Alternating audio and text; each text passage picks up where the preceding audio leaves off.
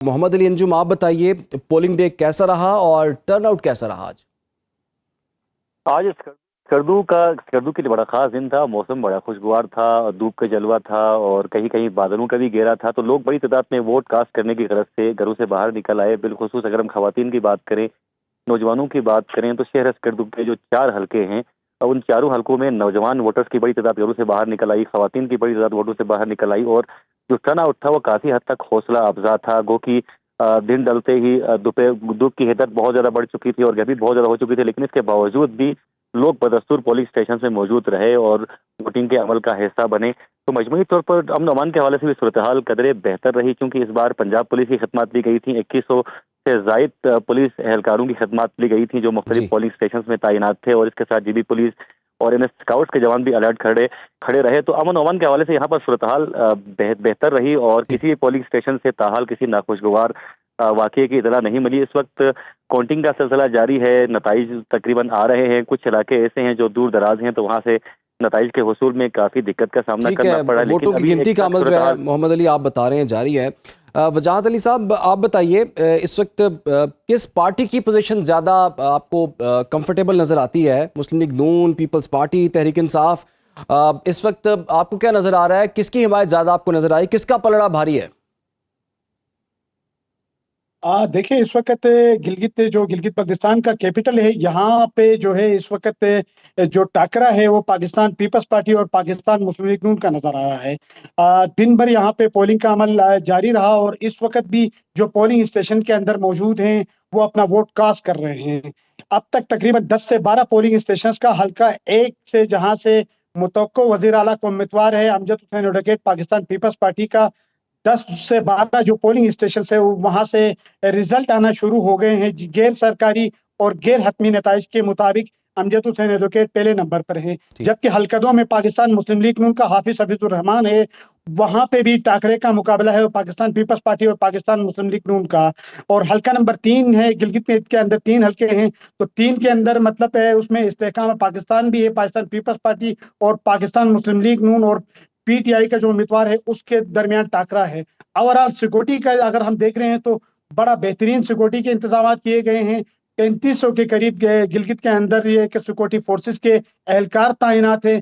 ताहम कुछ polling station से ये इतलात आ रही हैं, ये खबरें मौसूल हो रही हैं कि पोलिंग का जो अमल है वो बड़ा सुस्त है और उसके साथ ये है कि जो इलेक्टोरल लिस्ट है उसके अंदर थोड़ी सी खामियां हैं, जिसकी वजह से शहरियों को मुश्किलात का सामना करना पड़ रहा है।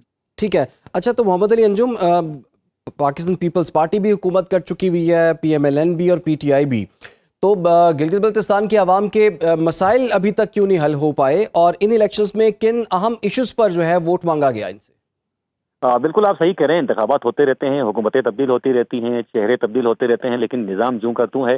गिलगित बल्तिस्तान के अवाम आज से 10 साल पहले भी लोड शेडिंग का अजाब से रहे थे, आज भी लोड शेडिंग का अजाब से रहे हैं। और अगर हम नौजवानों की बात करें तो नौजवानों में बेरोजगारी का तनासुब रोज बरोज बढ़ता जा रहा है। इंफ्रास्ट्रक्चर का कोई पुरसान हाल नहीं है, जी। और अगर हम मवासलात की बात करें तो मवासलात का निज़ाम भी इतना बेहतर नहीं है। हर बार जब इंतखाब सजता है, दंगल सजता है, तो सियासी जमातें बुलंद बाग दावे करती हैं और नेशनल लेवल के जो लीडर्स हैं वो भी गिलगित बल्तिस्तान आते हैं, और आवाम को यूं लगता है कि बस इनके मसाइल अब हल होने वाले हैं। इस बार अगर हम इंतखाबी मुहिम की बात करें, गिलगित के हवाले से वजाहत बेहतर बता सकते हैं। स्कर्दू की अगर हम बात करें तो यहाँ पर 22 घंटे की लोड शेडिंग है, और यहाँ पर पानी के सबसे बड़े जखायर होने के बावजूद भी लोगों की एक बड़ी तादाद पीने के साफ पानी के हसूल से महरूम है। अगर हम इंफ्रास्ट्रक्चर की बात करें तो इंफ्रास्ट्रक्चर भी शहर के अलावा बाकी इलाकों का इंफ्रास्ट्रक्चर इतना बेहतर नहीं है।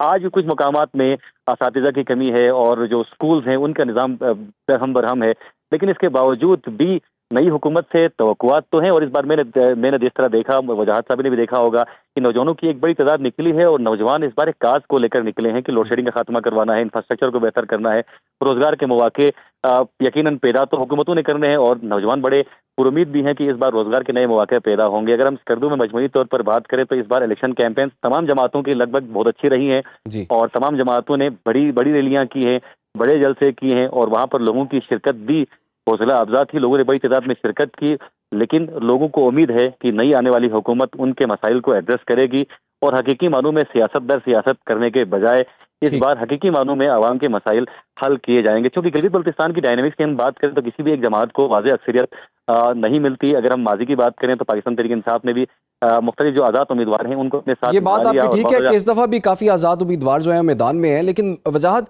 आपको क्या लगता है कि 400 तो कुल उम्मीदवार जो हैं वो इस वक्त इलेक्शंस लड़ रहे हैं, 266 आज़ाद उम्मीदवार भी इस वक्त मैदान में हैं, तो आज़ाद उम्मीदवार कितने इंपॉर्टेंट हैं और क्या किसी एक पार्टी के लिए मुमकिन हो सकेगा कि वो ऐसी मेजोरिटी हासिल कर ले कि उनको आज़ाद उम्मीदवारों की ज़रूरत ना पड़े? अब देखें, जो भी जीतेगा हुकूमत यहाँ पे, जो हमें लग रहा है, जो हमारे एनालिसिस है, सियासी मुबस्सिरीन के यहाँ पे कहना है, जो भी हुकूमत बनाएगा वो 4 से 5 जो आज़ाद उम्मीदवार जीतेंगे उनको अपने साथ मिला के ही हुकूमत बना सकेगा। सिंगल मेजॉरिटी कोई पार्टी इस अहल नहीं है कि वो सिंगल मेजॉरिटी ले लें, और 1 से 2 सीटें हो सकता है कि पाकिस्तान पीपल्स पार्टी ज़्यादा लें या नून लीग ज़्यादा ले लें। लेकिन ओवरऑल देखें तो आज़ाद उम्मीदवार भी ऐसे हैं कि यहाँ पे उनका बहुत सारे उम्मीदवार इस किस्म के हैं कि जो एक दूसरे को हराने के लिए यहाँ पे खड़े हुए हैं, या किसी को नीचे करने के लिए या किसी को उठाने के लिए। रियलिस्टिक ग्राउंड रियलिटी ये है। लेकिन ओवरऑल अगर 24 हल्कों की बात करें तो 4 से 5 ऐसे उम्मीदवार हैं कि जो जीतने के काबिल हैं, और लगता यह है कि अगर वो जीत जाते हैं, वो जिस पार्टी के साथ अलायंस करेंगे वो पार्टी आगे जाके हुकूमत बनाएगी।